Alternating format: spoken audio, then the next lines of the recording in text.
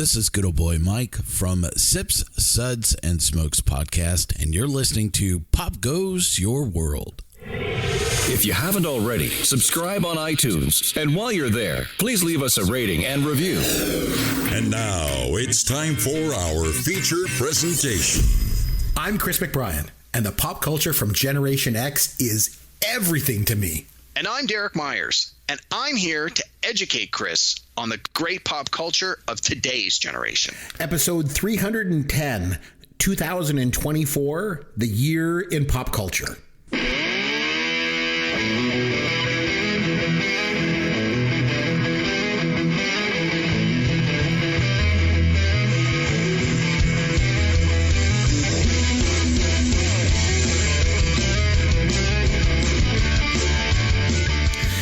Chris McBrien along with Derek Myers, and this is Pop Goes Your World, the pop culture podcast for the generations. And we are back from our holidays. We're kicking off the first episode, not just of the new year, but it's the first episode of season 10 for the podcast.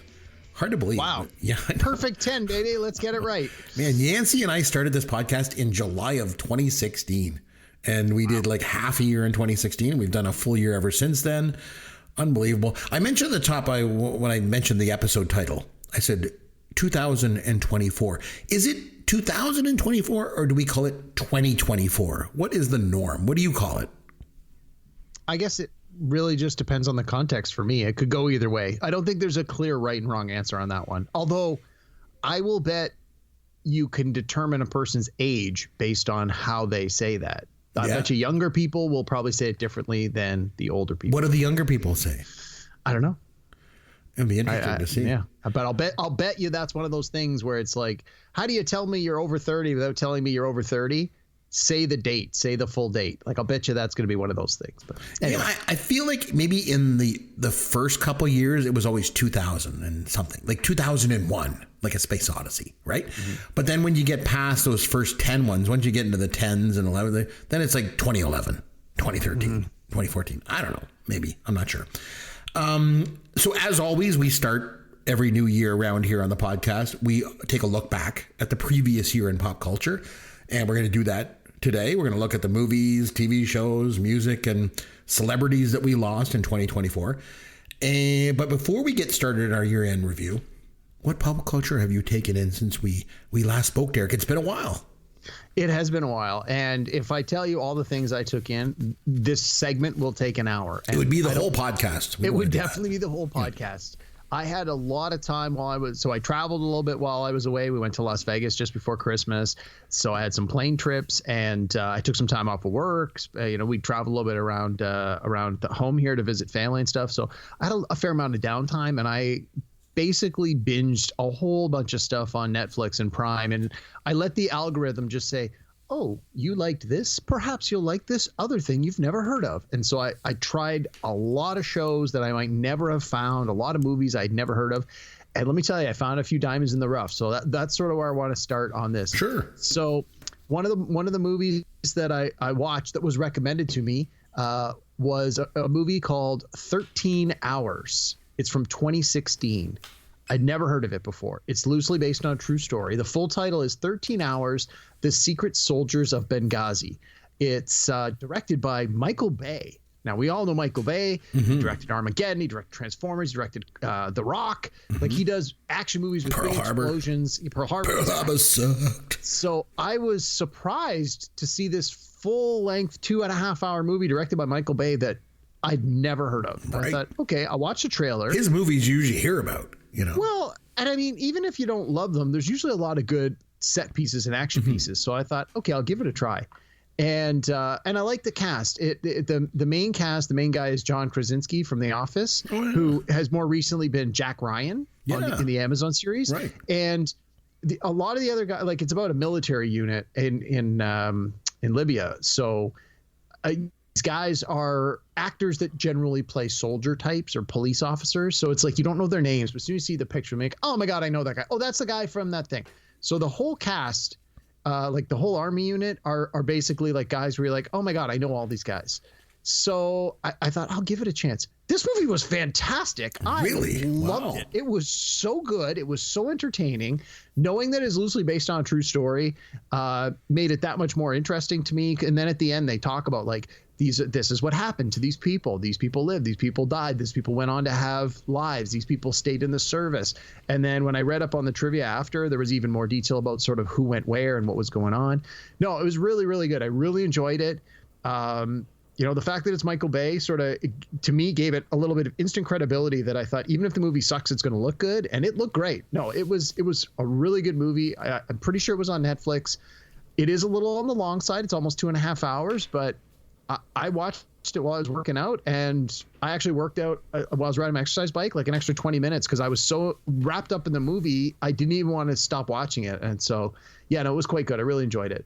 So if you have a chance, you haven't seen it, and that's a kind of movie you might like, 13 Hours. Check it out. It was really good from 2016. Interesting. Okay. Then another completely different movie that the algorithm suggested to me, also a little bit older, 2015. It's a movie called Mr. Right. I was like, okay. And so, again, this is one of those ones where I'm like, I don't know anything about it, but the cast makes the movie look interesting. So it stars Anna Kendrick, who people probably know from like the Pitch Perfect movies. Up in the Air. She was really good. Up in the that. Air. Yeah, she was really good in that. She's Canadian, right? I'm not sure if she is or not, but I feel like she's good is. in everything. Yeah, she's really good. Sam Rockwell is the male lead. And Tim Roth has a pretty big part in it as well. I'm like, well, I like all three of those performers. And Anson Mount, I feel like I haven't seen him much since like Pulp Fiction and Reservoir Dogs. He does a lot of movies, and he was in a TV series called Lie to Me for a couple of seasons. Okay. It was quite interesting. Good. Cool. But in any case, so Anna Kendrick, Sam Rockwell, and Tim Roth are the main three cast. And it's this sort of interesting comedy action movie. The sort of the loose premise is that Sam Rockwell's character is an assassin, a gun for hire, and he's sort of grown a conscience, so he's become really quirky and odd. And so a lot of people are out to get him while he's still trying to be a hitman for all the right reasons.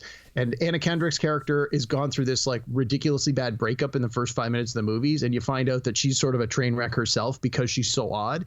And the two of them accidentally bump into each other in like less than the first 10 minutes of the movie, and they just have like a moment where they're like, hey, there's something here. And so it's sort of a romantic comedy, but it's also got a lot of action because he's an assassin. It's this weird melding of the genres, but it was a really good, really fun movie. I really enjoyed it. Like, it was way better than it had any right to be. And I thought it was great. I watched the whole thing, and I've been recommending it to people all week. I'm like, guys, here's a great movie you've never heard of. It's called Mr. Right. It's from 2015. It's on Netflix. It came up as one of those ones, you like this, you may like that. Check it out. It's again, I think you're going to be pleasantly surprised on this one. And then brand new movie that we watched, not in the theater, of course, but a brand new movie that we watched because it's getting all the buzz is the Demi Moore movie called The Substance. Okay. It's brand new. Just came out. She just won a Golden Globe for her performance. She's probably going to be nominated for an Oscar. Very likely could win.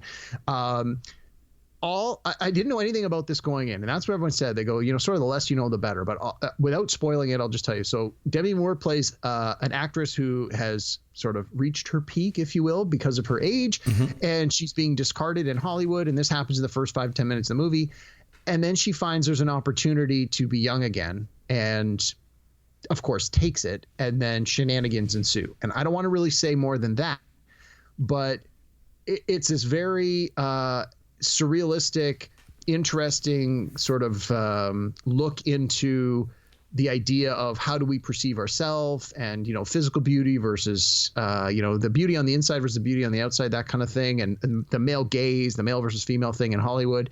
There's a lot of that going on underneath what's actually going on the screen. Now, what I didn't realize until almost the very end of the movie is apparently this is classified as a horror movie. Really? Now, I don't really know why. It's not like a slasher film. It's not a jump scare kind of movie. I guess they just figure because there's some body issues. There's a little bit of body transformation that sort of falls into that horror genre, but I don't think it's enough that it would put people off if you're not a horror. Like, I'm not a horror movie person. So I never even considered it a horror movie until like the last 10 minutes. Then it just sort of goes off the rails a little bit, but in a ridiculous ridiculous kind of way that makes sense. Does the body transformation have to be like, is it sort of like American Werewolf in London stuff? Yeah, sort of it leans in that direction a little bit. So, not like no spoilers, but yeah, again, I don't really want to say too much. I think sort of you'll know within like 50, if you watch 15 minutes of this movie and you're like, okay, I really want to see where this is going, then you're in. But the sort of quote unquote horror stuff, by that point you've seen, I don't want to say the worst of it, but you've got a pretty good sense of what it's going to be from a horror perspective. I would not call it a horror. I would call it, like, here I'm looking at the IMDb, they call it body horror / dark comedy. I think dark comedy is probably a better, or here, psychological horror, they've got that tag as well. That to me is more where it is. It's more about like the metaphor of like, what are we really talking about here? But Demi Moore has never been better. She deserves all the accolades she's getting, and it will not surprise me if she wins the Oscar for this movie. So it was really, really good. And then finally, I have 2 documentaries I had a chance to watch. For 40 days and 40 nights, he watches documentaries. He likes to learn about the world. It's Derek's Documentaries. Derek's Documentaries. Please educate us. Okay, 2 brand new documentaries that just dropped in the last couple of weeks. I want to say they were both on Amazon Prime, if I remember. No, one of them was definitely on HBO. So the first one is called Yacht Rock, and it's an examination of the genre that has now become known as yacht rock. Now, when this genre was happening in the late 70s and early 80s, it didn't really have its own classification. Yeah, it was sort of easy listening. Yeah, it was sort of light adult contemporary pop, but it wasn't classified that way in the moment, but it was massive. Like the artists that are now known as the sort of the daddies of yacht rock, they were winning all the Grammys. They had the #1 songs in, like, we're talking 79, 80, 81, 82. Like, these guys, and there were some women, but it was mostly men. They sort of cornered the market on a certain sound that was big at the time, and then now looking back, it's been classified as yacht rock. So this documentary essentially gives you a history lesson. This is where this kind of music sort of started to break out. These were the key players. This is sort of how it went from A to B to C, and then this is how and why it sort of started to lose its popularity as music shifted again into more like new wave kind of stuff in the mid 80s. And it's I think the documentary runs a little long. I think it's probably about 20 minutes longer than it needs to be. But if this music genre interests you, I think you're going to be okay with it being a little longer, because they play so many examples. Now, they don't play the full songs of many of them, but they play so many examples of the songs they're talking about. And they have a lot of interviews, because a lot of the people that are associated with yacht rock are still alive. And so they have a chance. So help me, if I could jump in, help me understand, like, what is yacht, like, what is the genre that yacht rock is?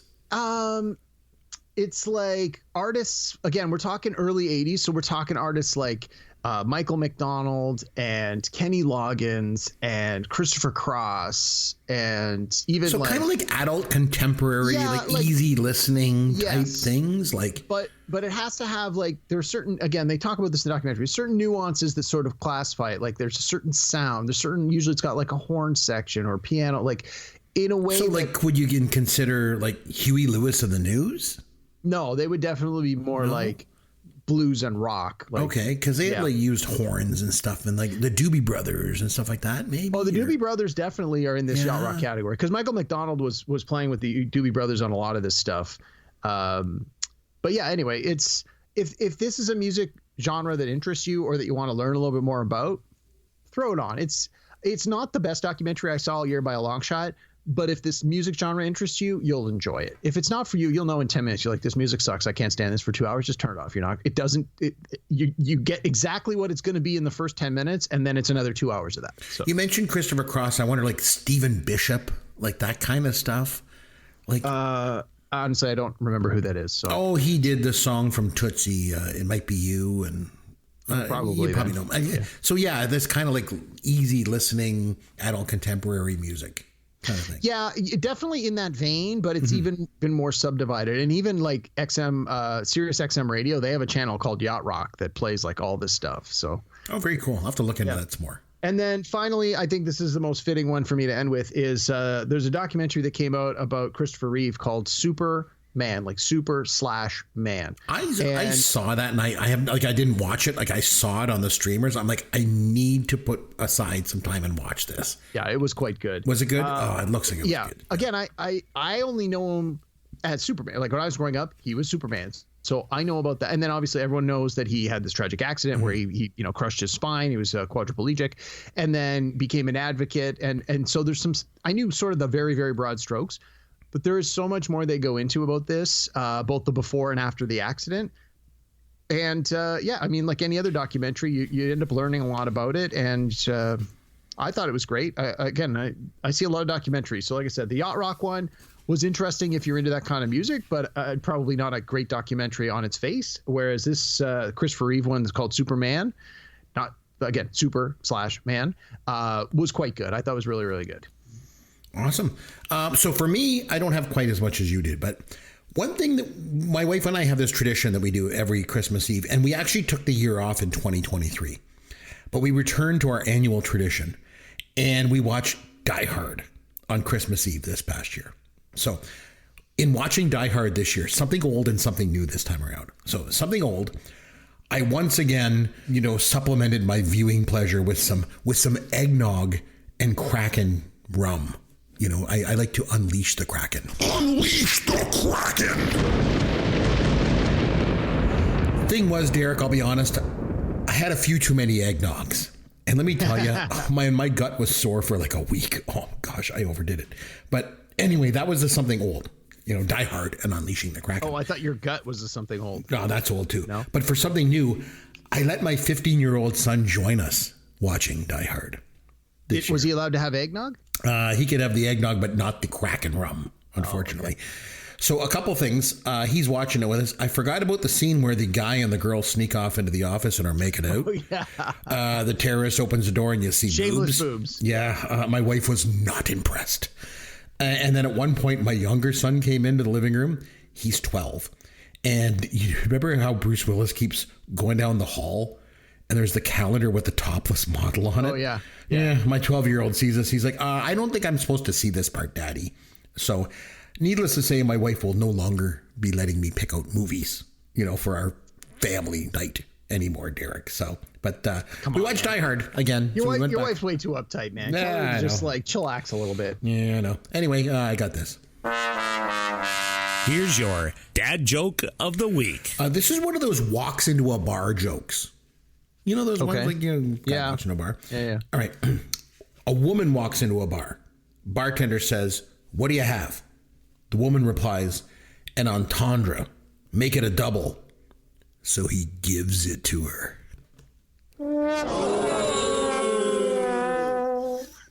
That's pretty good. Oh, great. Way to start off season 10. I was really worried the censors were going to have to step in. When you started with a woman walks into a bar, I thought, is the rest of this joke just going to be a long bleep? So I'm really glad that it went the way it went. Even though it was a little bit dirty, but it's all good. All right, let's go.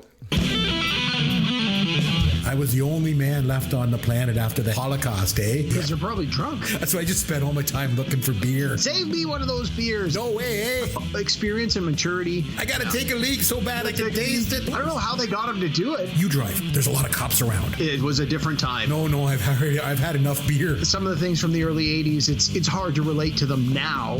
Oh, come on. That's some funny right there. All right, let's take a look back on 2024, the year in pop culture. Now, Derek, maybe you can kick us off a little bit of an overview of things. But were there any headlines? I mean, you handle the newer stuff better than I do. Any headlines or just overall impressions of the year of 2024 before we kind of dive into things? So, my general impression was that this is, in my mind, from a pop culture perspective. Yep. For people of our age, this year was sort of bleh. Like, I went back and looked at the lists of top movies, most popular TV shows, most streamed shows on the thing. It's like none of them jumped out at me. Like, I didn't go down the list and go, oh yeah, we have to talk about this. This was everything in 2024. I saw a lot of stuff where I'm like, yeah, I watched that. It was okay. Yeah, I watched that. It was okay. Nah, that one looked dumb. I didn't watch it. Oh yeah, that one's a big hit, but not with me because I'm not the target audience. I don't know if we're just getting older and things don't make sense to us anymore, or if this was generally just a sort of ho-hum kind of year.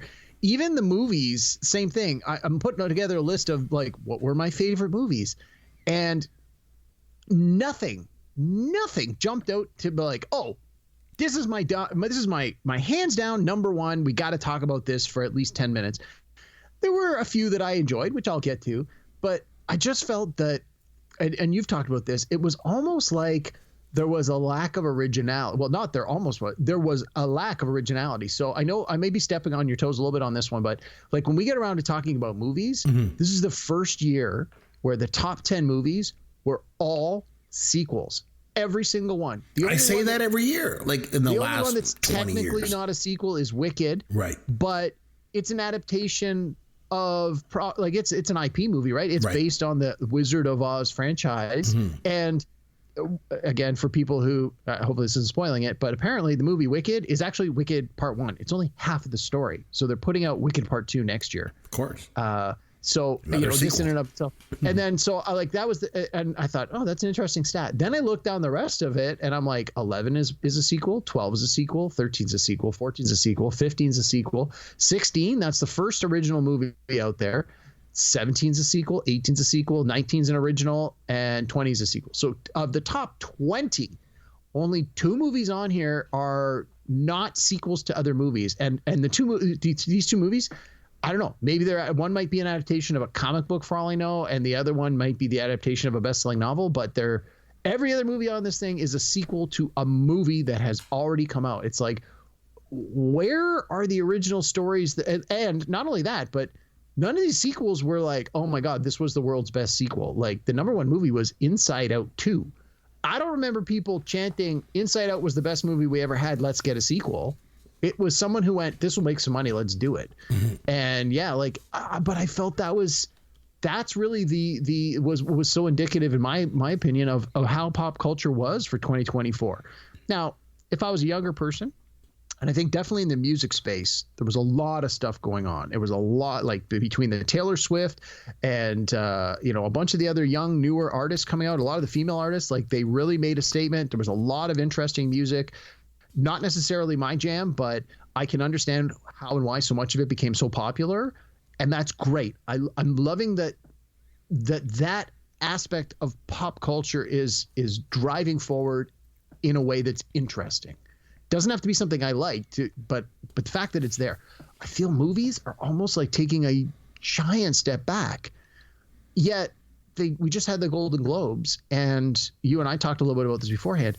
The Golden Globes are generally a precursor to what you're going to see get nominated for Oscars. And when we were talking about like, hey, here's a whole list of movies that are expected to be nominated for the Oscars, I'm like, I never heard of half of these movies. Many of them haven't been widely released, but a lot of them are like, essentially you think of them as like art house movies. Now, again, some of them have massive budgets, but they're like movies where actors are taking a risk. And like, so for example, one of the ones that's out there, and the title escapes me right now, it's starring Sebastian Stan, who just won a Golden Globe for his performance. He's the guy who played Bucky Barnes in the Marvel Cinematic Universe. Like, he became famous doing Marvel movies, and he did 6 or 7 of them, and then now he's using his star power to do this little independent movie, and boom, he wins this huge award for it. So maybe that's what's happening now. It's that old thing, one for them, one for us. Maybe that's what we're going to. We're going to get these big, massive IP sequels, and then hopefully some of the people that are in them are going to be like, you know what? I care about storytelling. I'm going to put my star power behind some of these things. But so far, I haven't seen a lot of that coming out of 2024. So, yeah. So overall, your take on 2024 was it was a weak year in pop culture. Very weak, almost. I almost want to say a very forgettable year. Yeah. Because you look back, like there was one year, I want to say it was maybe 2015, 2016, where they nominated 10 movies for Best Picture. And I think I saw 9 out of the 10 in the theater. And I think of the 10 that were nominated, I've now seen them all. And some of them were like movies that I've gone back to watch 6 or 7 times. Like it was just one year where a whole bunch of great movies landed all at once. That was not 2024, unfortunately. When I look back on 2024, I was reflecting on it and thinking, coming into here to the studio tonight, I actually did a lot personally that related to pop culture in 2024. So a couple things I did was my wife and I went to see Glass Tiger in concert. They're a big Canadian band. We also got a chance to see Jerry Seinfeld do a stand-up, and that was really cool. My wife took me to, we went over to Detroit and we went to see Journey open up for Def Leppard, but also the Steve Miller Band was the first act, and I just loved that. We went to see Who's Live Anyway with Dave Foley joining the cast. I went to the Hamilton Comic Con and met the three of the stars from Revenge of the Nerds, which I thought was great. But two things in my mind stood out to me. So one thing I did was last summer, my wife and I made a trip down to Cape Cod, and we went to Martha's Vineyard. And I took her all around the island. We went to all the locations of Jaws, where Jaws was shot back in the 75. And so that was a big thing for me. And then also while I was there, of course, I went and visited John Belushi's gravesite. So like that was a huge pop culture thing for me. But I think probably my favorite was I took the kids and my wife to go see the Bare Naked Ladies in concert. My kids love the Bare Naked Ladies. And what happened was we got to the show and we were there, and my youngest son is 12 years old. Now he has special needs. So we're there, and he loves the Bare Naked Ladies. And we get there, and his favorite song is Love and Life, which is off their new album, right? We get there, we watch the whole concert, they get done, and they don't sing that song. And then I said, he's like, oh, Daddy, this was so good, but they didn't sing my favorite song. I said, well, maybe if we clap loud enough, you never know. Maybe they'll come back out and sing another song for you. You never know. And so we have the whole audience is always clapping, and the encore happens. But before the encore, all these people come out on stage, and I'm like looking, I'm like, wow. And they're all, this whole like choir comes out on stage, and they were all made up of special needs people. And they come out, and then the band comes back out, and the choir joins them, and they sing Love and Life. And so my son was just so happy, just so joyous. And I wrote the band and told them all about how happy I was about this and this experience that I had. So like for me, like 2024 was a very personal, connection with pop culture, but not a lot of it new, I guess, as that goes. But I don't know, I liked the year in terms of the things I was able to do.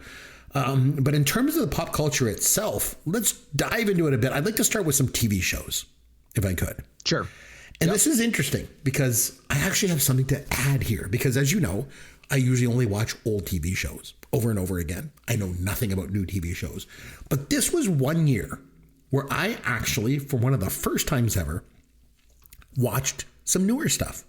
So one thing that I watched, and now usually this is my wife driving the boat. She's like, oh, we got to watch this show. It's not usually not me, because I'll just go back and watch old episodes of Tattletales that I've got on my PVR, for crying out loud. But one show that I watched was The Perfect Couple.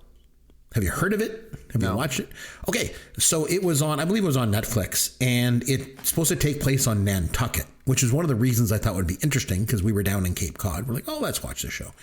It's actually shot up on Cape Cod itself, up in I can't remember where it is, but it wasn't shot on Nantucket, all of it. There's a couple establishing shots. But anyway, it's Nicole Kidman is in it, and Liv Schreiber and a couple other people. And it was actually pretty good. It was a limited series. It has to do with like a murder takes place. And I actually thought it wasn't too bad. We've talked before on this podcast about the show Somebody Somewhere. Mm-hmm. And in 2024, they had their season 3, which was the final season of it. Bridget Everett does the show. They brought in a lot of Chicago actors for it. It's a very realistic show. It's almost like an improvisational style show. And I was really drawn to that show. And so it ended last year in its 3rd season. If you haven't had a chance to see it, watch that. I have a few more. Did you have any TV shows you watched last year that were new? So one I actually did watch that I really enjoyed. Probably the show that sorry, I'm tripping over my own tongue here. No, I have not been drinking, I swear.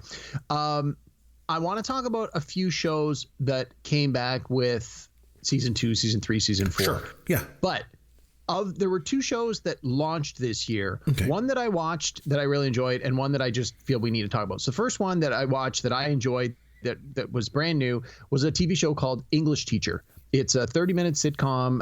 It streams on Hulu and FX, and it's created. It stars Brian Jordan Alvarez, who is the creator of the show, the writer of the show, the star of the show. And he is a gay man teaching in high school in Texas. And it takes place in the here and now. And the kids are as, mean as you would expect them to be, but in some cases the most hilarious way.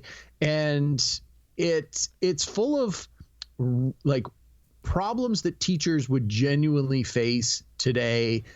I mean, not that I'm a teacher, but I read a lot of stuff about, like, teachers post a lot of ridiculous things on the internet, and I love it. So I read a lot of that stuff, and watching this show was like everything I've been reading in these posts. So it just felt very genuine.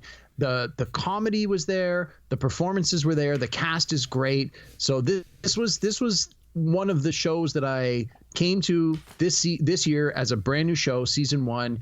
It ran 8 episodes. I believe, in fact, I'm fairly confident it got picked up for season 2 because it was really good. It got a lot of promising accolades. So that was definitely my favorite show, my favorite new show of the year. But I also want to mention that Shogun, which I also believe is on HBO. Was it HBO? It might be on FX as well. Came out. Now, I haven't watched Shogun. I'm actually, I'll be honest, I'm trying to get through the book, but it's like 1,200 pages, and like so I got the James Clavell novel, like the old one. Okay, yeah, yeah. So big book, I got the book on audio. I thought that's gonna be way better. It's 50 hours, so I'm like 8 hours into this 50 hours, and it's a slog. Like even just listening to it's a slog. But I want to effectively get through the book before I see the show. There was like a made for TV miniseries back in like the 80s. So yeah. I actually rewatched when I started book on audio after I got through, what I felt would have been the first episode of the miniseries. I went back and watched the first episode of that miniseries. Where'd you find it? It was just on YouTube for free. Oh, okay. And it was not great. So I think that's what sort of discouraged me. And then I started seeing the trailers for this new one, and I thought, okay, this looks really, really good. But I don't want to start watching the show yet until I get through the book. So makes sense. I haven't seen it, but everyone I know that's watched it says it's the greatest thing. It won all the awards at the Emmys. It won all the awards at the Golden Globes. It's clearly one of the greatest new shows. It's taking over for Game of Thrones, right? 5 years ago it was Game of Thrones. Now it's Shogun. So although I haven't watched it, I feel any discussion about TV that doesn't at least mention it would be incomplete. So those are 2 shows that launched this year that I think people should check out. Okay, and then you have some other season 2. I'll come back to those for you because I got 1 too, and I'll throw it back to you in a second. My wife made me watch this one called No Good Deed. Came out last year and ended last year. It is with Lisa Kudrow and Ray Romano and Dennis Leary. Luke Wilson's in it. Oh, it's on preview for this. Yeah, how is Linda Cardellini is in it. I like her, and Linda Lavin was in it too. It's quite good. It's very, very dark comedy, I guess is the best way I can explain. And a lot of these kind of like, it's not an out-and-out comedy for sure. It's more like a drama, but it has like dark comedy moments in it because it's very heavy subject matter. But it's only like 30 minutes episodes. So they're very quick hits. So like it's pretty good. So that's one I would suggest. Another one that just started in 2024 is called A Man on the Inside. I think I mentioned it maybe before we went to break. Yeah, I watched the first episode. I didn't care for it, so I only watched the first one. I guess it's something you either, you've got to watch an episode and you like it or you don't. And it's basically, like, I'm not going to give too much away, obviously, but Ted Danson is in it. And he basically is he's getting up there in age. He's lost his wife and he decides he wants to do something new. So he responds to this ad in a newspaper to work with a private investigator to go into a nursing home and basically try to solve a crime. I don't know. I mean, you said you watched 1 episode, didn't like it. I watched the whole season. I thought it was Ted Danson's best work of his entire career. Like, it was that good. And it really, really grows as you kind of watch episode to episode. I thought it was fantastic. And apparently they're going to come back with season 2 because the way they leave it hanging at the end, you're like, oh, okay, we're going to have a season 2. And apparently they have renewed it. So I'm really looking forward to that. So there were some shows that started before 2024, but then had like their 2nd or 3rd season. You kind of alluded to that. Give me an example of one that from last year that you watched or you enjoyed or even just want to talk about. I was going to say just a single. I got 3 or 4 on the list. I don't really want to talk too much, but let me just run down the list. Sure. So season 2s that I watched that were really strong. Reacher on Amazon. Mm-hmm. Really good. And season 3 is about to come out. They shot it near here in the Greater Toronto area. Friends of mine were working on it, so I know it's just about ready to drop. So Reacher season 3 should be coming out, but season 2 dropped last year. It's fantastic.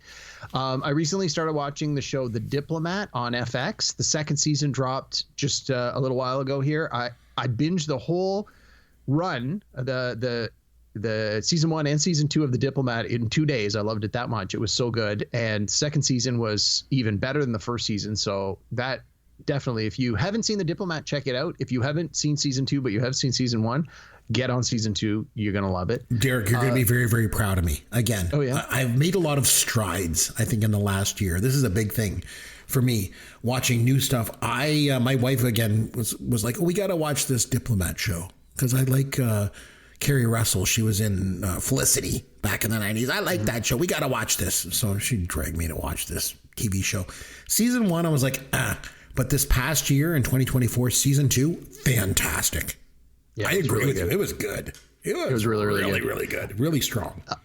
And just before on Boxing Day, rather, Squid Game season 2 dropped. I don't know if you've had a chance to watch this, but I thought it was great. Yeah, my wife and I watched season 1 and we liked it, and we put on season 2, the first episode, and we did not like it at all.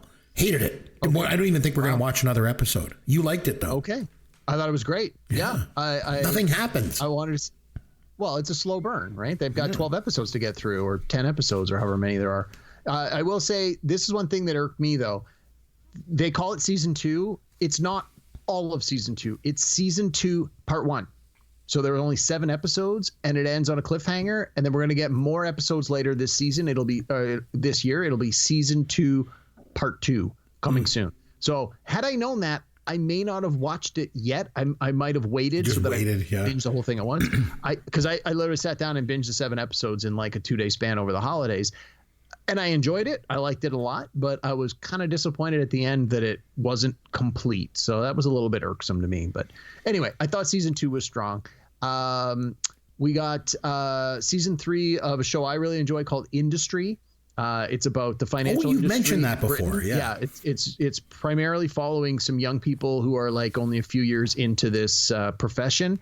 And some of them come from wealth. Some of them come from nothing. Some of them work hard. Some of them find shortcuts. And it's a lot of just, young people being young people, but now they have jobs where they make 6-figure incomes and they make some crazy decisions. The performances are fantastic. Industry season 3 dropped much earlier this year. I'm hoping season 4 is coming out very soon. And then The Boys season 4 came out this year. And again, season 5 is shooting now. I have friends that are working on it. They promise it's going to be fantastic.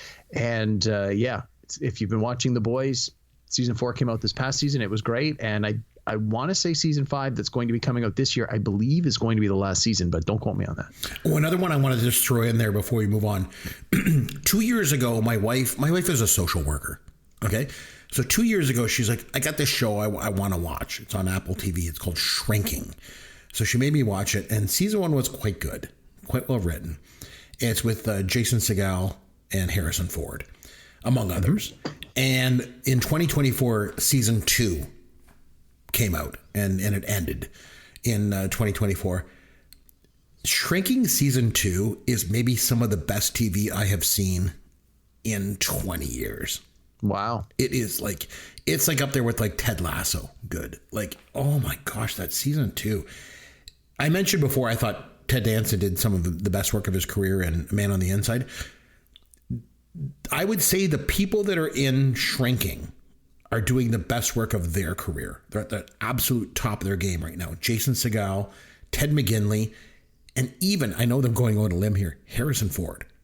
I mean, wow. we're talking about Harrison Ford. I mean, he's in 2 of my top 3 favorite movies of all time. He was, in Star Wars and Raiders of the Lost Ark.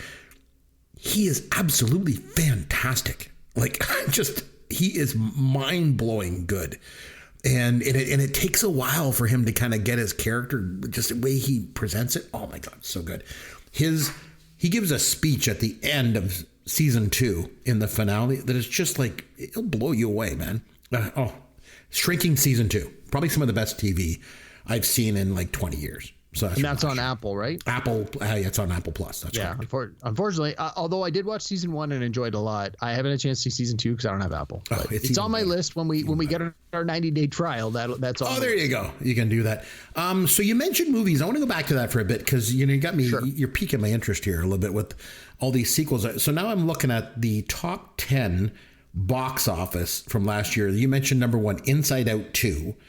Number 2 was Deadpool and Wolverine, followed by Wicked. Moana 2 is number 4. Despicable Me 4 is number 5. Followed up by Beetlejuice, Dune Part 2, Twisters, Godzilla X Kong, The New Empire, and number 10 is Kung Fu Panda 4. Every single movie on there is a sequel. It drives me crazy.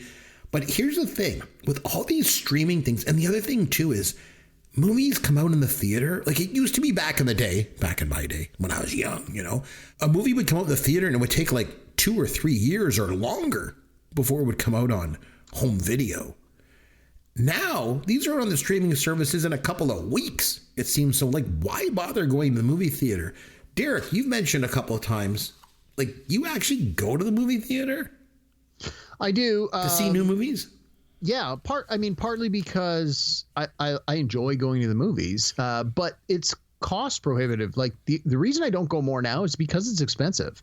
And so part of the reason I go to the theater, part of the reason that I go when I do go is that we get coupons. There's like, you can subscribe to like a movie theater club where once a month you get a ticket, like a digital ticket for half price, and any additional tickets are sold at a substantial discount, and you get discounts off of the concessions. So it sort of encourages us to try and get out to the theater once every couple of months just so we can use these coupons, which I like because I can always find something over a 2 or 3 month span. And then at Christmas, again, this year, as we've done in the past, the theater near our house always has promotions where they're like, give us $30 now and we'll give you like 3 movie tickets and a free popcorn and a free nachos and a whatever to use in January, February, and March, because they want to try and encourage you to come into the theater when maybe there aren't those big summer blockbusters available. But I like that because all the Oscar nominated movies are about to come out, and I got no problem going to the theater to see a bunch of those. But generally now I tend to only go to the theater for bigger movies, special effects movies, like things like the Marvel movies. We went and saw Gladiator 2, movies like that you sort of feel, I kind of want to see this on the big screen, because I think watching it on my home theater, as good as my 60-inch screen is, it's not the same as being in the theater. Mm-hmm. Now, in all fairness, we've seen some stinkers in the theater in the last few years where you're like, man, I really wish I would have just stayed home for that.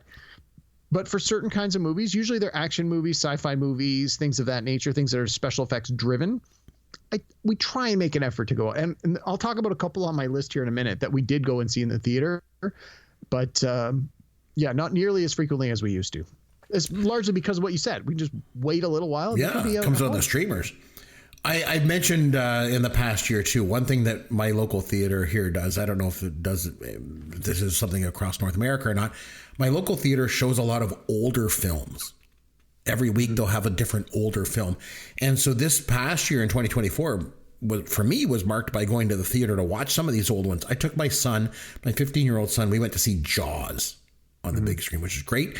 We saw Saving Private Ryan, and we saw 2001: A Space Odyssey on the big screen. Like, so those were like, that was my experience, with 2024, going to the theater, just going to see old movies. So I went online. The Oscars have not been announced yet, the nominations. So I went online and I was taking a look at some of these, and I don't know, so even if we just look at the top sort of major categories, right? Best Actress, and it gives a list of a couple of these people. Like Demi Moore is mentioned as being likely to be nominated. You said that too for The Substance. Yeah. But it looks like the favorite is Cynthia Erivo for Wicked. Yeah. So I guess, we should be likely to get that. Best Actor, they're saying Adrian Brody in The Brutalist. Yeah, for The Brutalist, yeah. Timothée Chalamet for A Complete Unknown, and Hugh Grant for Heretic. But Timothée Chalamet apparently is the favorite there. That's what they're saying. Best Director, the favorite seems to be Brady Corbett for The Brutalist. For The Brutalist, yeah. Because he just won the Golden Globe. So there you go. There's that. And then Best Picture, the only film in the list of, their sort of predicted nominees that was popular or is in the top 10 that we mentioned was Wicked, and it seems to be the favorite to win. I don't know how up to date your list is, but after the Golden Globes happened this weekend, I don't think Wicked is necessarily as heavily favored as people thought, because it didn't win anything. It won the only thing it won was the popular movie category, which they sort of we'll just throw a bone to some movie that made a lot of money. It's like the People's Choice Awards or something. Yeah. So what do you think? Like so the list I have here says All We Imagine as Light, Anora, The Brutalist, A Complete Unknown, Conclave, Dune Part 2, Emilia Perez, Nickel Boys, The Substance, and Wicked as being the films they believe, would be nominated for Best Picture. Which one do you think would win? Well, right now, I've been listening to a podcast this week, sort of with the follow-up after the Golden Globes, and they're all starting to lean heavily towards The Brutalist, since it won Best Picture, Best Director, and Best Lead Actor with Adrian Brody. So they're saying, obviously, Wicked is still the favorite, and the Golden Globes try to generally be more reflective of an international audience, and they're saying Wicked is more of an American experience that a foreign audience may not get it to the same level as an American audience. They may not have that familiarity with the subject. They may not be, because Wicked was obviously a stage production, and the score and the original soundtrack were a big deal in the U.S. over the last decade. And apparently, like, high schools put it on as their musical and stuff, but it's very American. And so, well, the Oscars are American. The Oscars are American, and the voting body of the Oscars are American. So that's, I think, why the Wicked still has a very good chance of winning a lot of this stuff, and is still the front runner. But in light of the critical praise that movies like The Brutalist and some of these other ones have been getting, I don't think the race is necessarily over. Let's just put it that way. But so it should be interesting. We'll come back in 6 weeks after the Oscars, and we'll talk about it, I'm sure. Postmortem.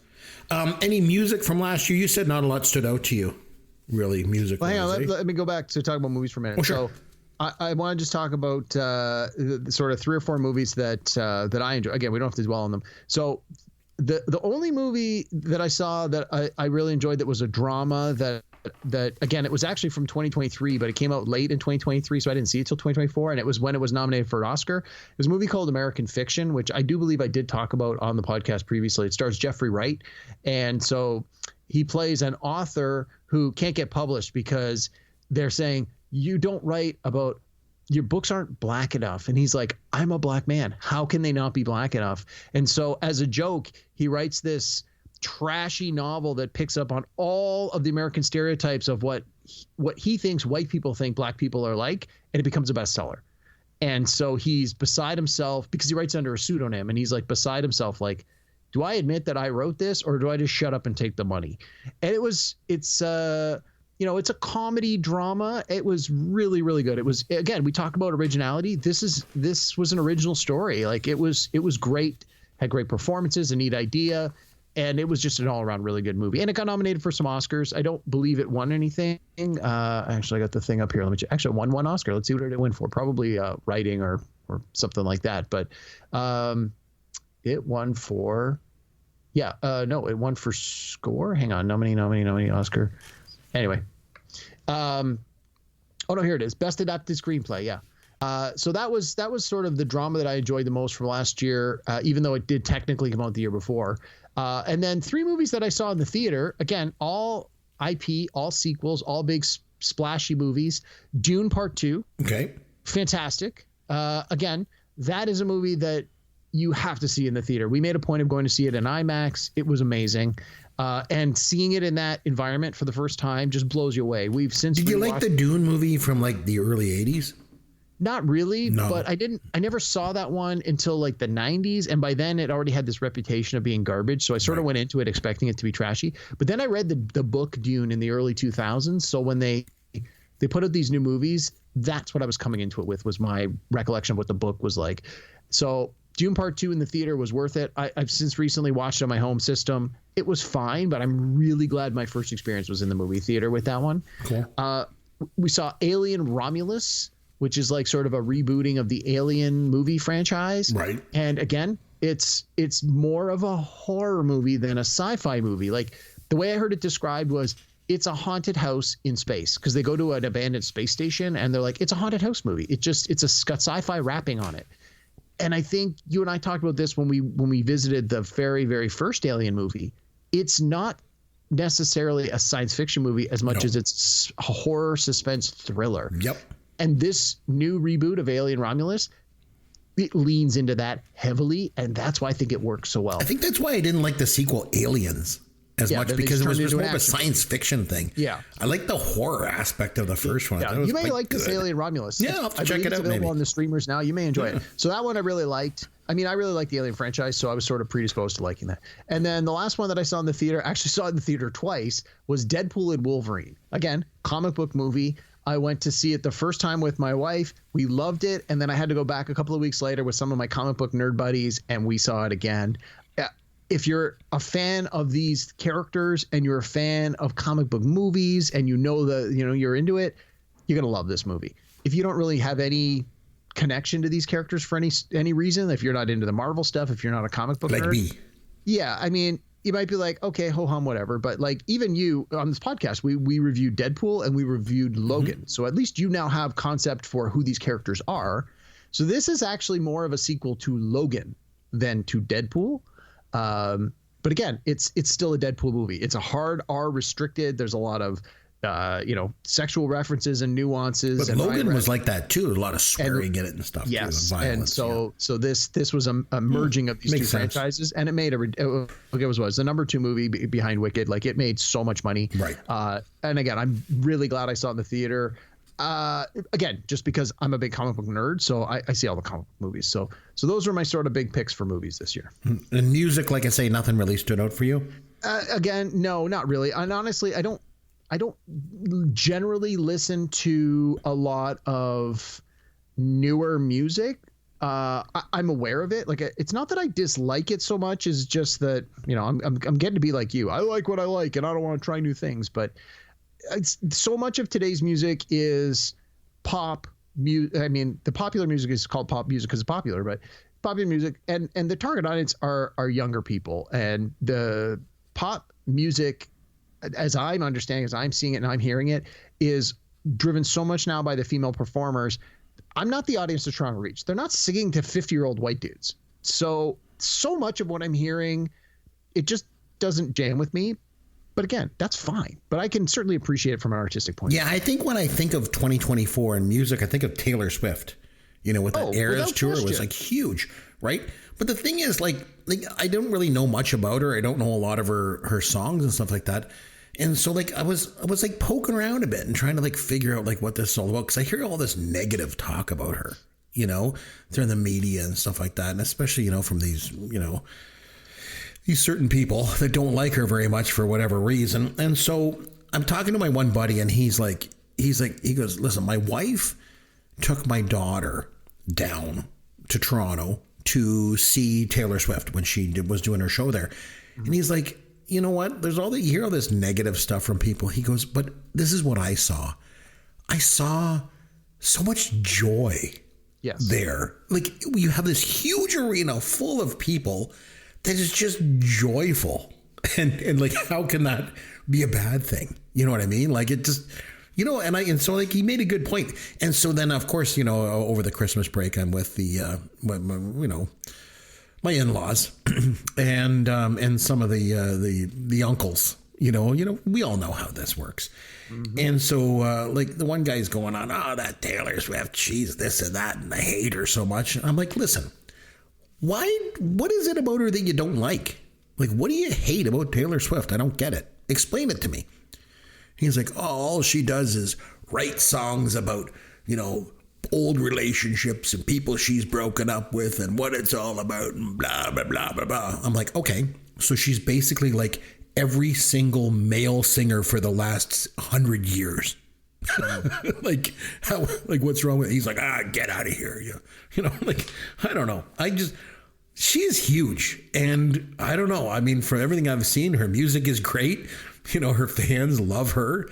And she brings a lot of joy to people. So, like, how is that a bad thing? I don't get it. So, yeah, and I mean, I enjoy her music. Not so much the new stuff, just because I don't really know it, but like the stuff that's been out for now, I guess we're coming up on 10 years. Like, I like it. It sounds very much to me like it's influenced or similar enough to what I like about 80s music, 80s pop music.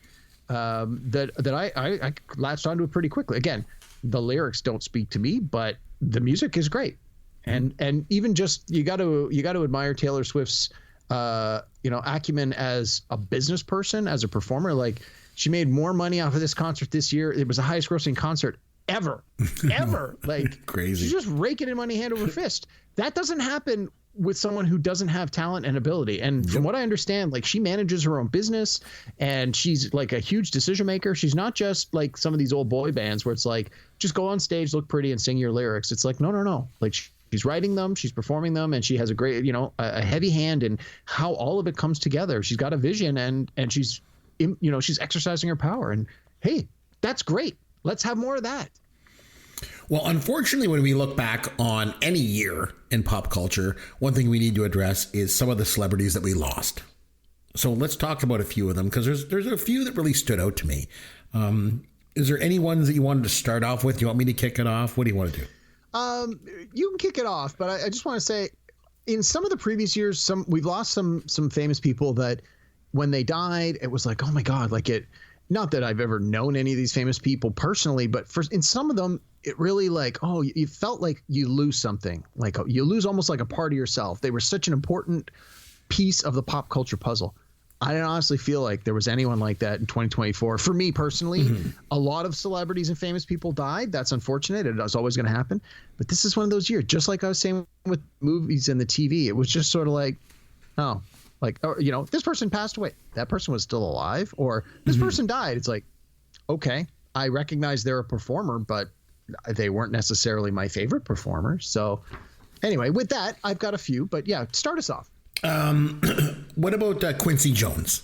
He died. What about Quincy Jones? Music producer, and the thing is, you look back on his career, he started with Sinatra, and he was married to Peggy Lipton from the Mod Squad.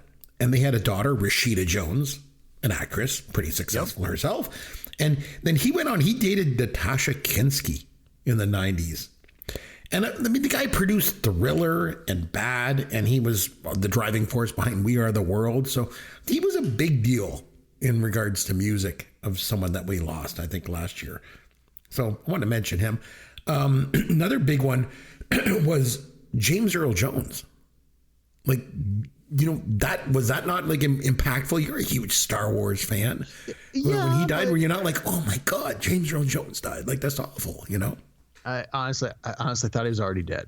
I'll be honest. Jeez, come on, man. Again, he's known for his voice work. You don't see him, like, he's not actively in the public spotlight doing things. And I believe he was, I got it written down here, he was 93. So he hadn't been like a front of the stage performer in a long time. He had continued to lend his voice to things like Darth Vader, and he did the voice of the Lion King and stuff like that. And those are fantastic. But again, it's unfortunate that he passed, but I didn't feel like a little part of me died inside. Right. Darth Vader. So there were, like, I think you're right. Overall, excuse me. There were some celebrities that were, like, I guess, lesser celebrities or what, but that still were impactful. Like Linda Lavin died. She was a star on Broadway for years. She won a Tony and she won a Daytime Emmy and a Nighttime Emmy, Golden Globes. Mostly she's known to a generation as Alice, working at Mel's Diner. But she's also in that show No Good Deed that I mentioned earlier, and she passed away. Richard Simmons died last year. And he was interesting because he basically went into seclusion for like the last decade. You haven't even heard from him. There's one guy who'd be like, oh, I didn't even know he was still around. There was a podcast about 8 years ago called Missing Richard Simmons, where the host tried to track him down and had no luck doing it. And I remember he first came to fame on the show Real People. Remember that show? Sorry, Richard Simmons? Yeah, back in the 80s. It was like, I vaguely remember the show. It was a show with Skip Stevenson and Sarah Purcell and John Barber, and they would like look at real people, around the country. And they did a feature where they went to a local like fitness gyms, and because of the fitness craze back in the early 80s, and Richard Simmons ran this health club where he helped people lose weight. And it was such a big hit on that show that he started to appear on game shows like Password and Win, Lose, Yes. or Draw and all that stuff. And then he did those videotapes sweating to the oldies. Sweating to the oldies. That's what I remember him from. Yeah, and then his appearances on Late Night with David Letterman. Oh my God, they were something else. Him and Dave had this shtick between them where Dave would insult Richard Simmons and then he'd get all sad and then he'd perk back up. You know, he was a real interesting guy. Yeah, So- he was. He definitely had a personality. Yeah. Dabney Coleman died last year. Did you know that? No.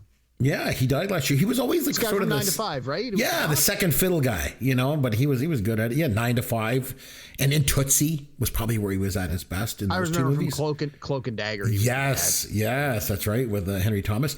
He actually got to play a good guy on Golden Pond, but he was pretty famous for playing kind of smarmy guys and really famous for his mustache too. Donald Sutherland died last year. Good Canadian actor. Mm-hmm. He was one of those actors to me that made everything better that he was in. Yeah, I agree. God, I read a quote. They said Donald Sutherland is considered one of the best actors never nominated for an Academy Award, and then he was eventually given an honorary Academy Award in 2017 to recognize his body of work. Man, he was good. Like Invasion of the Body Snatchers and MASH, the movie, and Ordinary People. I always remember from Animal House, too. But one hell of a talented actor. He was almost effortless the way he acted. Yeah.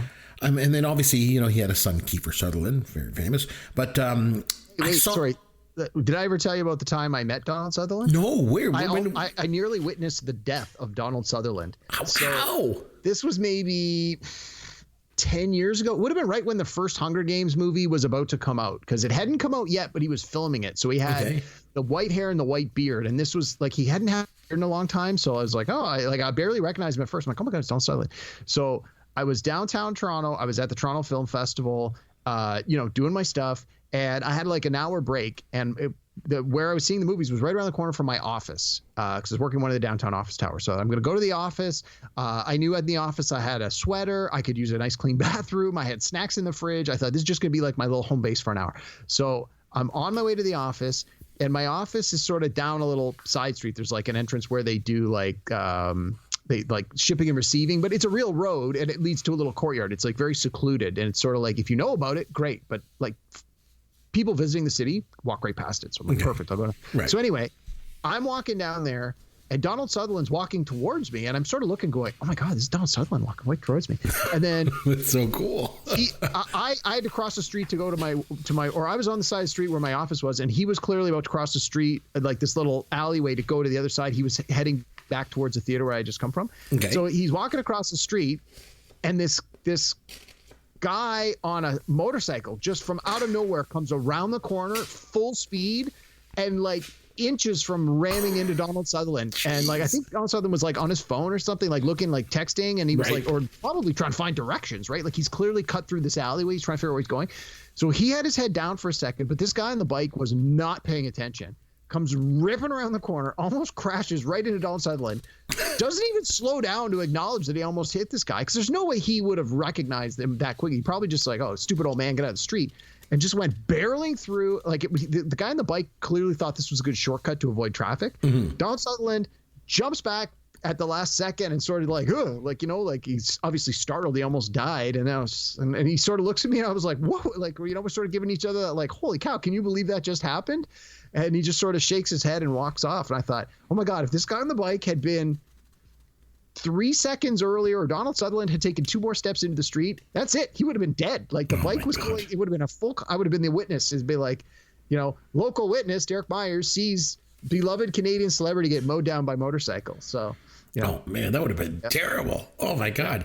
Oh, it was crazy. I want to mention Maggie Smith died last year. She was an incredible actress. She won Academy Awards for Best Actress and Best Supporting Actress. She was, Oscar nominated for a bunch of other movies. She was basically known to a whole new generation in the Harry Potter movies. But man, when she was in Downton Abbey, she was so good. She was incredible in Downton Abbey, like off the charts, incredible. Shelley Duvall died last year, known for her unique looks and voice. I would say she was in one of my all-time favorite movies, Annie Hall. but she's probably best known for. I thought you were going to say the Popeye movie. Oh my God, I would say. Like, yeah, that sounds like that's something that would be Chris's favorite movie. Well, I mean, like she's probably best known for The Shining, but I mean, she was born to play Olive Oyl in Popeye. Yeah. Like absolutely born. Carl Weathers died last year. You know, obviously Apollo Creed in the Rocky movies, and he was in Predator, and he got to be a lead actor. He was Chubbs in Happy Gilmore. That's my favorite. I loved him as Chubbs in Happy Gilmore. And John Amos died last year, you know, who was in Roots and Mary Tyler Moore Show and Good Times and Beastmaster, one of my favorites. And Coming to America, he was Cleo McDowell, you know. But the one, you know, you mentioned, you know, not a lot of them moved you, you know, that died. But one that did, I got to mention, Terry Garr. I have had a lifelong crush on Terry Garr.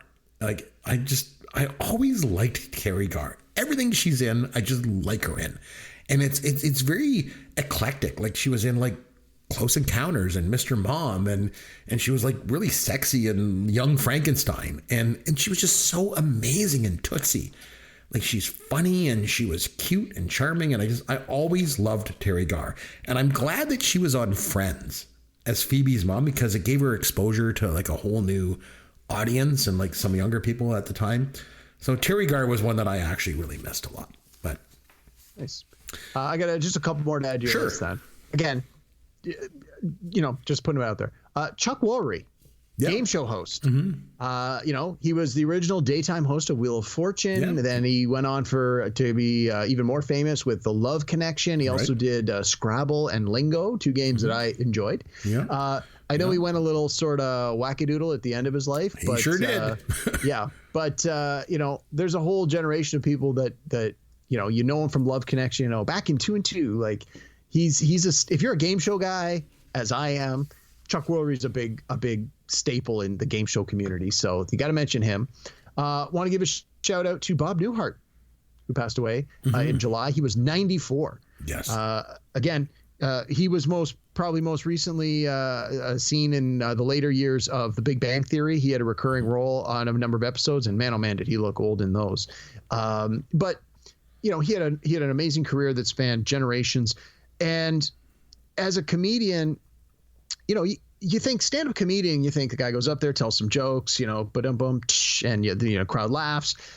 His delivery was everything. It was everything for him. Like he not only did he have the goods, like obviously he had material that worked, but in such a competitive landscape, to have this delivery in a way that no one else did really separated him from the pack.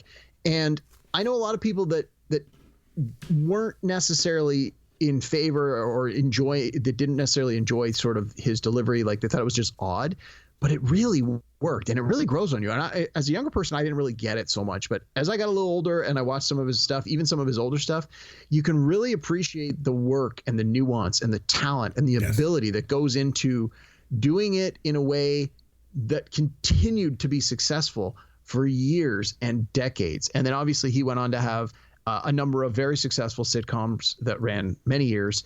Most people remember from Newhart, you know, where he was up in Vermont, you know, at that show. But man, if you go back to the Bob Newhart show from the 70s, man, God, that guy brought it, man. He was good, very unique, very different. Yeah, his comic timing is amazing. Unreal. Yeah. And then two guys that, again, sort of maybe on the wrong side of things. The first one I want to just talk about is Morgan Spurlock. So he was the guy that did the documentary Super Size Me, where he ate nothing but McDonald's for a month. Yep. And that movie really spoke to me because I ate a lot of McDonald's back then and still do, probably more than I should. And then Morgan Spurlock went on to have a pretty good career where he continued to make documentaries. He also ended up doing he won the Academy Award for Best Documentary Feature for Super Size Me, like as well he should have. Yep. And then he ended up doing a reality TV series called 30 Days, sort of borrowing off the premise of his documentary, which was very successful, very popular. And then he went on to do other documentaries. He did one about the San Diego Comic-Con that was really good. Again, if you're into that. He even did one of his last ones was a sequel to Super Size Me, which was quite good. And he did one about it was about basically marketing in pop culture. I can't remember the name of it. I'm sorry. I should have looked it up, but it was really good too. It was Palm Wonderful presents something, because that's the sponsor they ended up getting in the course of the movie. Unfortunately for Morgan Spurlock, though, in light of the Me Too movement, he did what we kind of wished a lot of other celebrities would do, is he took responsibility for his misbehavior. And I'm not excusing it, but I just want to read the thing here. It said he wrote a social media post on his blog saying that he had a history of sexual misconduct and talked about himself being, and this was a quote, part of the problem. And this was when, women were speaking up more and more. And finally, after all these years, people were listening. And, he wrote a series of blog posts where he talked about his past and the things he had done, and how, because he wasn't, it was sort of this old boys club where, these things are acceptable, so why not do them? Again, not trying to excuse or forgive what he did, but he tried to take some accountability. And I don't know what his expectation was, but of course, everyone jumped right on him. All his sponsors dropped him immediately. He was in the process of trying to get his Super Size Me sequel distributed. His distribution people dropped him. The producers dropped him. The movie eventually came out. But by then he was basically career dead, and everything I read, they're like, he committed career suicide. He basically declared himself guilty of things he was guilty of. And people were like, then you deserve to be punished, as he should have been. But considering how many people didn't acknowledge their own shortcomings, you almost want to, again, I'm sort of treading lightly here. You kind of want to acknowledge the fact that he was a big enough person to admit what he did was wrong and try to better himself for it. Again, there might have been a lot more going on behind the scenes.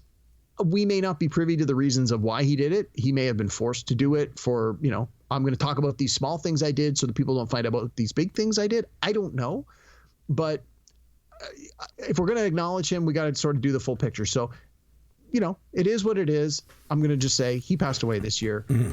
There's the whole package. He left behind, as we've talked about before, when a celebrity has done bad things or is accused of doing bad things, or you realize they have done bad things, can you separate the art from the artist? This is one of those cases where I kind of hope we can separate the art from the artist, because his documentaries are fantastic. And then finally, and this is literally all I'm going to say about this, O.J. Simpson died this year. Okay, so where are we going next, Chris? Who gives a that he died, I guess. I didn't even realize O.J. Simpson died this year. Oh my gosh, that's hard to believe. Okay, so on that note, 2024 was not a great year, I guess, for pop culture. We both agree. Definitely. Wasn't great. Definitely and not great. we lost some people we cared about, some people we didn't care about, like O.J. Simpson. Who cares about that guy? But overall was, I guess kind of a forgettable year overall. And so that's going to lead us right into this next segment, which we like to call Fun with Caveman. Derek, I don't care what anyone says. To me, 1980 was 20 years ago. That's how my mind works. Yeah, good luck with that. And the thing is, like, if you think back to, like, the 80s had a feel. The 90s had a feel. For me, everything else just blends in together. I don't know if people felt like this back in, like, the 1910s, the 1920s. Who knows? But to me, there's, like, nothing to distinguish the 2010s and the 2020s. Nothing. It's just one big blur altogether. So here's how this is going to work. I'm going to mention something to do with pop culture, some sort of pop culture event in some way. Mm-hmm. And you have to tell me if it happened in the 2010s or if it happened in the 2020s. Oh, boy. Okay. 2010s being 2010 to 2019. And the 2020s just being 2020 and beyond. And there's only like really 4 years and a bit of January of 2025. Mm-hmm. So, if we played this game with the 80s and 90s, it'd be simple, right? So you got to agree with me. I think it would be easier, yeah. Yeah, the 2010s and the 2020s, not so much. It's just a big blur. That's all it is. Okay? So I'm going to give you a pop culture thing, and you tell me if it was the 2010s or the 2020s. Very easy one. I'll do Tiger King on Netflix. Well, that was a pandemic, so I'm going to say 2020. Yes, that show was launched on March 20th, 2020. Okay, TikTok. You know TikTok. It's launched. When was it launched? Oh, gotta be in the 2010s. Yes, it was 2016. Okay, AirPods are introduced. Was it the 2010s or the 2020s? AirPods. They certainly feel like they've been around forever. I'm going to say the 2010s. Yes, 2016. Okay, ChatGPT is launched. What do you think? Well, I know it's become very popular in the last year. I'm just trying to think of how long it's been around. No, I'm going to say the 2020s. Yes, it was actually launched in 2022. Yeah, Okay, I knew it was older than people think. Yeah. Avatar: The Way of Water is the highest grossing film. Was that the highest grossing film of the 2010s or the 2020s? No, I got to think. I think it was that came out like in the last year or two. So I'm going to say the 2020s. Yes, it came out in 2022. Okay, Squid Game. You mentioned Squid Game. Yeah. Squid Game debuts on Netflix. Yeah. 2010s or 2020s? Well, I know the answer to this because I just read that the season 2 came out 3 years after the original. So that still puts us in the 2020s. Yeah, it debuted on September the 17th, 2021. Okay, the finale of Game of Thrones. Was that the 2010s or the 2020s? Ooh, that would have been pre-pandemic. So I'm going to say it's the 2010s. Correct. It was May 19th, 2019. Okay, Fortnite is released by Epic Games. 2010s or 2020s? No, you're not a big video game guy. That's been around a long time too. I'm going to say the 2010s. Yep, 2017. Okay, Green Book is the upset winner of the Academy Award for Best Picture. 2010s or 2020s? That was before the pandemic, so I'm going to say the 2010s. Yeah, it came out in 2018. The awards were held in February 2019, but it came out in 2018. Okay. Brendan Fraser wins the Academy Award for Best Actor for The Whale. For The Whale. Yeah, no, that was more recent. That's 2020s. Yep, 2022. All right. The Great Dress Debate swept through social media, asking people if they saw a blue and black dress or a white and gold dress. When did that happen? The 2010s? Well, it was definitely white and gold. I'm going to say it was in the 2010s. Yep, 2015. See, you're really, really good at this. You're so much better. Well, it's funny because the pandemic was such a big pivotal life event that now all I need to think of was this before it or after it? Right. So. That's a good point. So there you go. That's how you figured it. Okay, Brangelina split. Oh, no. Brad Pitt and Angelina filed for separation after a 12-year-long relationship. Did this happen in the 2010s or the 2020s? Well, I remember reading that on New Year's Eve, just a couple of weeks ago, their divorce settlement was finalized. I can't imagine that took 5 years, so I'm going to say the 2020s. 2017, my friend. Damn. Yeah, it took them a long time. Okay, Drake and Kendrick Lamar rap feud. They had a rap feud, bud. It took place during which decade? The 2010s or the 2020s? Was that not just last year? I'm going to say this decade, 2020. Yep, you got it. All right, Baby Yoda. Baby Yoda.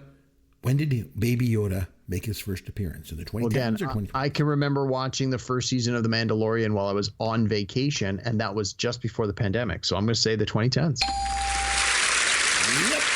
He showed up in Chapter 1 of The Mandalorian in 2019. Very good. All right, when did the Fire Festival take place? 2010s or 2020s? The Fire Festival.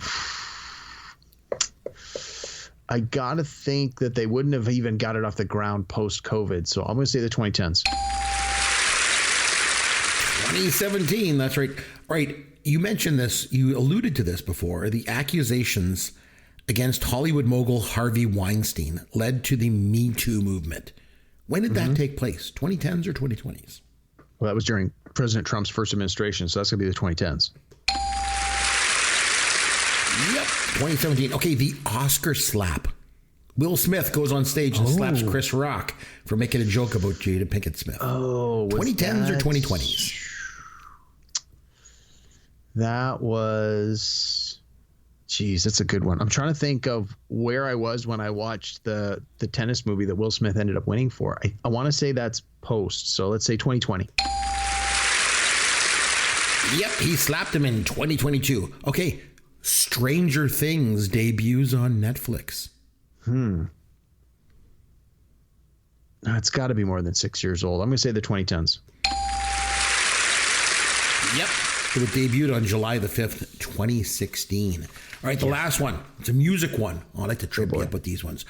Lil Nas X and Billy Ray Cyrus hit the top of the charts with Old Town Road. Yeah. Oh. I don't know. I know the song. I really don't remember when it was big. Was it big before, during, or after the pandemic? I'm gonna guess. I'm gonna say I'll guess on the wrong side. 2020. It was 2019. You were close, but just on the wrong side of that one. No, that was a tough one, and I know music always trips you up. So I got that one wrong, and I got the Brangelina one wrong. But you did pretty darn good. You did a hell of a lot better than I would have done. Let me tell you that. So, all right. Well, we've just kicked off our 10th season, looking back on the year that was in 2024. What do you say that we review a movie next week? I would like to nominate a movie, if you don't mind. Let's stay on brand and pull from our decade of excess in the 80s. Yeah, definitely. You know me. I got to go back to the 80s. I'd like to pick a movie that we have not reviewed on their show yet. But it is a movie that I think a lot of people really, really remember fondly and can relate to. We're going to definitely find out. We're going to go back to 1986, and we're going to watch and review Ferris Bueller's Day Off. I've never seen it. No. Could you imagine?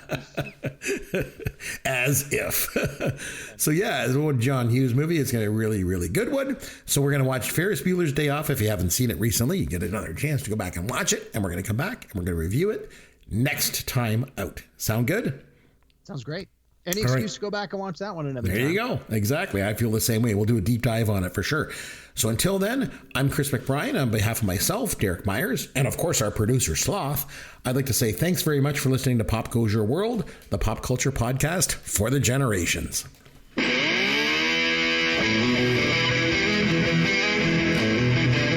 Thanks for listening to Pop Goes Your World. You can contact Chris and Derek at popgoesyourworld.com. Please take a minute and review the podcast on iTunes or wherever you download and listen to the show.